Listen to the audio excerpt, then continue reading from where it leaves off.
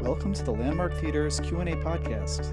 In this podcast, you will hear discussion with writer-director Alex Garland from the film Ex Machina, moderated by film writers Lindsey Bahr from the Associated Press and Kevin Lincoln from Grantland. Recorded at the Landmark West LA.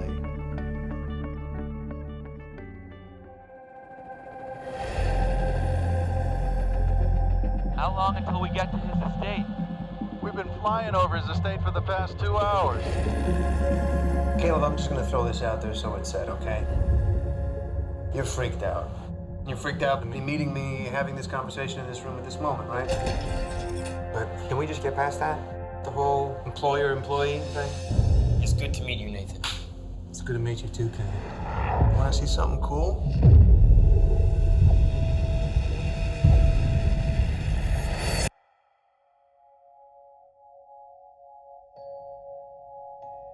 You are dead center of the greatest scientific event in the history of man.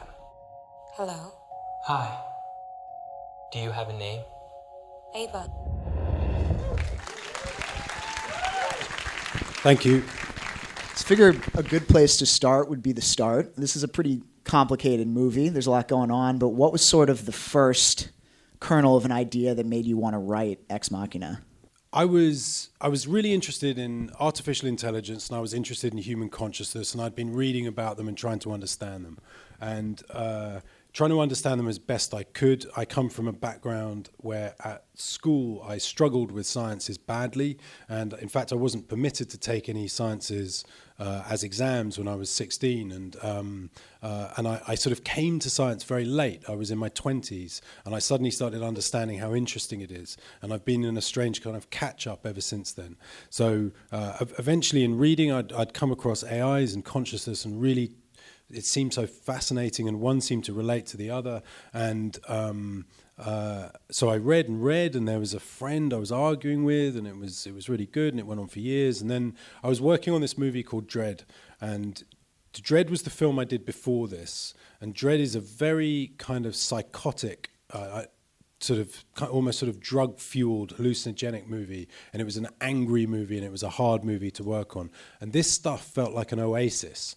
And I was reading this book about consciousness and AIs, and the idea for this film just came to me. We were in pre-production on Dread, and I quickly wrote it down, and then I sort of held on to it as this thing I'd be able to go back to when this nightmarish film was over, and eventually it was, and then I wrote this one. That was it. No, I love that the idea of should we do this never really comes up here. I feel like a lot of movies about AI and androids get really hung up on this like playing God concept. Is there a reason why you excluded that, or just wanted to proceed as though this was obviously we'll go down this route?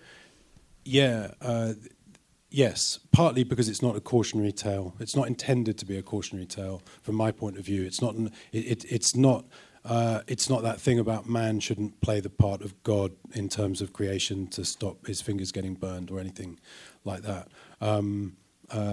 I wanted to try and see the creation of AI as a parental act in a strange kind of way. Not AIs on this separate track that we feel rivalrous with, and as they move away from us, we feel that we're being left behind, but more positioning them on the same track as us, as a product of us, as children are, which are creations of new consciousness, as a strong AI might be. And then the sense of them moving away is not something you feel rivalrous with, perhaps. It's more what you would want of your children, that they live longer than you and they have their own lives. And that is how I felt about Ava. I felt positioned with Ava through this film, and I understand that the film doesn't present itself in that way because, of course, of the conventions of storytelling, and the young man you meet should, in theory, be the protagonist. But for me, the protagonist was always the machine. And as for the should thing, I think embedded within this, I think it's really stated, actually, is a thing about people, which is if something is possible, they will do it. And in that respect, there's no point having an argument about whether you should or shouldn't develop AIs, strong AIs. It's really about how you deal with it when they come, if they come. So with Ava, obviously artificial intelligence has been something that's been, portrayed on screen, cyborgs, that sort of thing. But Ava's a pretty original version of that. And I was wondering if you could talk a little bit about how you and the crew and Alicia sort of arrived at the Ava we see on the screen in the movie? Well, in terms of the construction of her and the design of her, she had two really key elements, I think. One was that the first time you saw her, she was very, very apparently a machine. There couldn't be any ambiguity about it, because it would open up the possibility within the narrative that she's not a robot. She's a young woman wearing a suit. And we needed to close that out, so that wasn't a possibility. So missing sections of her body where there should be organs, and instead there are these kind of surrogate organs, was a way of doing that. But then as soon as you do that, there's a secondary thing which was key in the design, which is you've established she's a machine, and then you start to pull her away from being a machine, because she's got this mesh over the missing sections that follows the contours of Alicia Vikander's body. And when the light catches it in a certain way, you get a glancing sense of a feminine form that then starts to sort of erode the sense of the machine a bit. And in terms of the performance, that was... as actually with all of the characters, it was owned completely by the actor Alicia Vikander. What she did was she had a particular idea about movement. I mean, many ideas, but one of the key things she brought was about movement, which was to not move like a machine, but to move only like a human, but to do the actions in a perfect way. And it would be in their over-perfectness that something about them felt wrong. So in any of the particular actions, you wouldn't be able to look at it and say, that's wrong, but it would somehow not feel right at the same time. And it was that, and then all the many other things, just as a very nuanced actress that she does. I'm just wondering, did you have any sort of film or literary influences in mind when creating this story? Alex was a novelist before he became a screenwriter, and you know, just does it all. Well, yes, lots. I mean, the thing about influences are that you don't always know what they are in a way. There's the ones you're conscious of and that you can say, oh, I'm very influenced by X, you know. But often the real influences are the invisible ones, and you realise them retrospectively. And they can be so strong that it'll almost feel like theft at the point you do understand it. Years ago, I worked on a film called 28 Days Later, which is a sort of, well, it's a zombie movie, really. And the front end of that film is lifted really quite closely from a novel by a British science fiction writer called John Wyndham, who wrote a novel called Day of the Triffids, which I'd have read when I was a teenager, and sort of forgotten to an extent, and then played it back when I was writing that opening. I genuinely didn't know I was doing it as I did it, and then discovered later. It's quite sort of alarming. That's a real influence. Not an intentional theft, but something that positions itself in your head in a particular kind of way. Past that, the conscious influences, in a funny way, I try and avoid them, because films have got these sort of tics these days of almost showing their credentials by referencing to the audience the things that the filmmakers know about, and that can be distracting sometimes. It can separate you. There's like a sort of chart that you tick off of the references to this and that. So there's more unconscious references than conscious ones. Therefore, the conscious ones are hard to find. I was wondering if you are optimistic or pessimistic about sort of our future with artificial intelligence. I'm optimistic, but they are something I feel good about, and I'm aware there's a lot of anxiety about them, and I think about that quite a lot. I did think about it while making it. I have a feeling our anxiety is not really attached to artificial intelligence. It's attached to other things, to do with our relationship with machines, and a sense that our laptops and mobile phones understand us, and anticipate what we're putting in search engine boxes and know what we want to buy and things like that. But we don't understand them, and that makes us anxious, and that has manifested itself as a bunch of AI anxiety stories. But my personal feeling is that AIs are kind of fascinating and desirable. We sort of have to talk about Oscar Isaac's dance. how did you come up with that? Why, how did it, who decided that his sweatshirt would be zipped all the way down to the bottom? Just everything about it. He decided about the sweatshirt. Actually, I have to say, all the actors decided pretty much everything about what they're wearing in conversation with the costume designer. So that was him deciding he wanted to show how hard he'd worked at the gym and show it off. But in terms of the dance and where it came from, it partly comes from a film I'd worked on a few years ago called Never Let Me Go, which this film is related to in some respects. And one of the things I'd felt about that film after was that we hadn't been aggressive enough with the tone. We'd kind of, that some of the sort of Swiss watch mechanism of it, it's a sort of thoughtful, quiet film, as this is in many respects.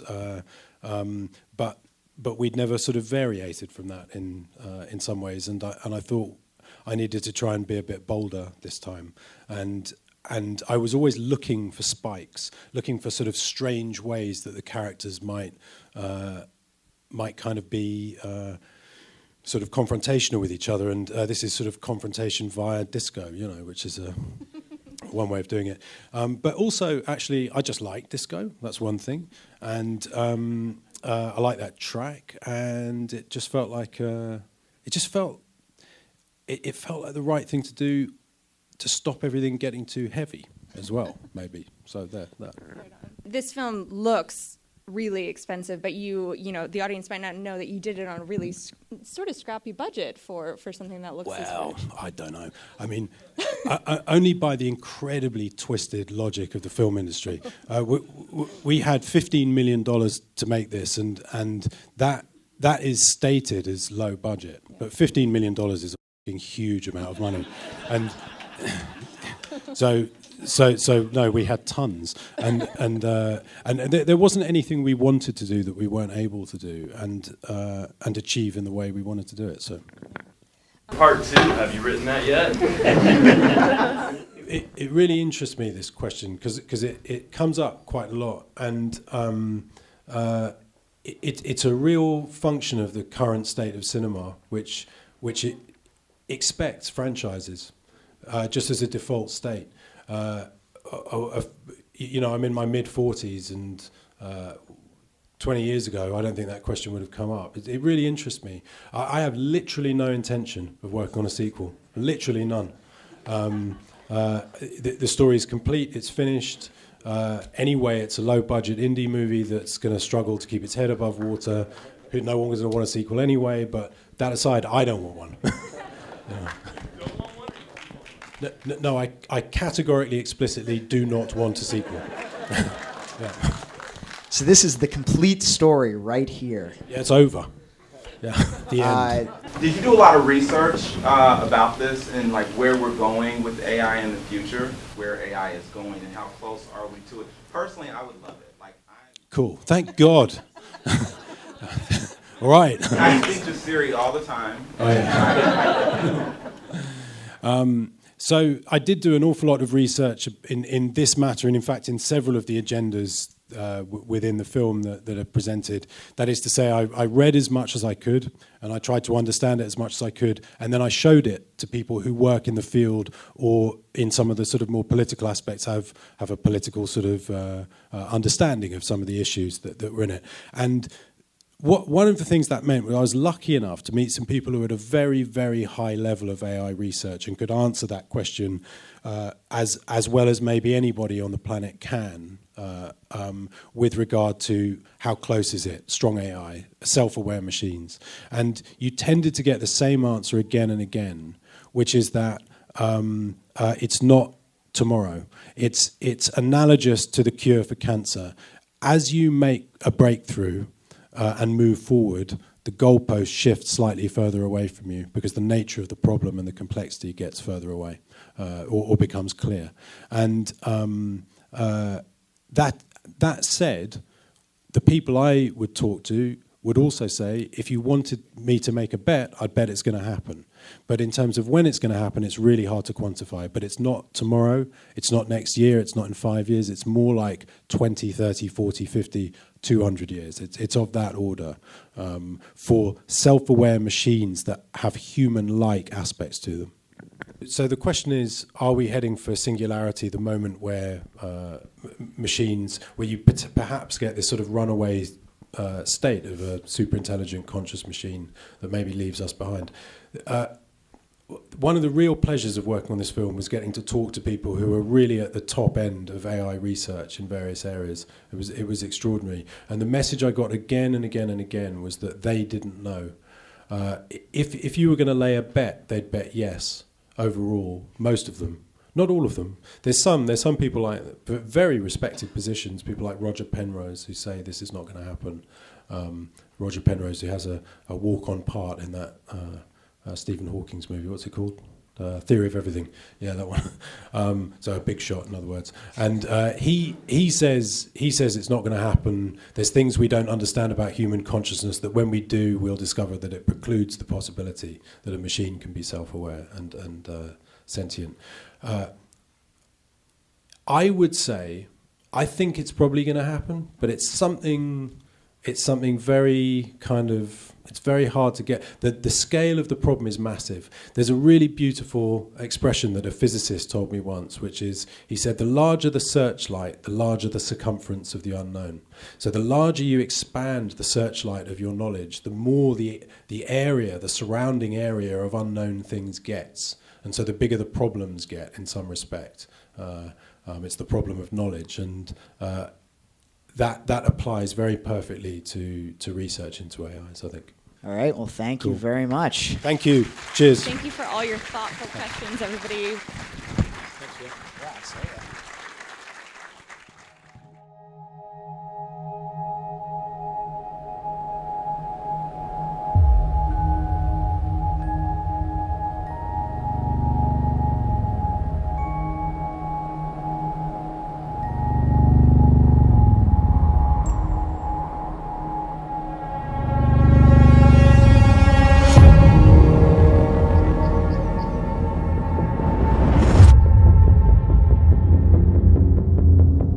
Few days, you're going to be the human component in the Turing test.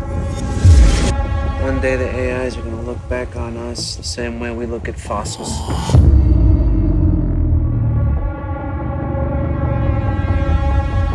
Hello. How do you feel about her? Oh man, she's amazing. You're impressed? Yes. Do you want to be my friend? Of course. Now the question is, how does she feel about you? Do you think about me when we aren't together? Did you give her sexuality as a diversion tactic? This is your insecurity talking. This is not your intellect. Did you know that I was brought here to test you? No. Does Ava actually like you? Or is she pretending to like you? Nathan, he isn't your friend. We're wrong. Wrong about what? Everything. Do you want to be with me? Can we talk about the lies you've been spinning me? What lies? What lies? You have to help me. You have to help me. What will happen to me if I fail your test?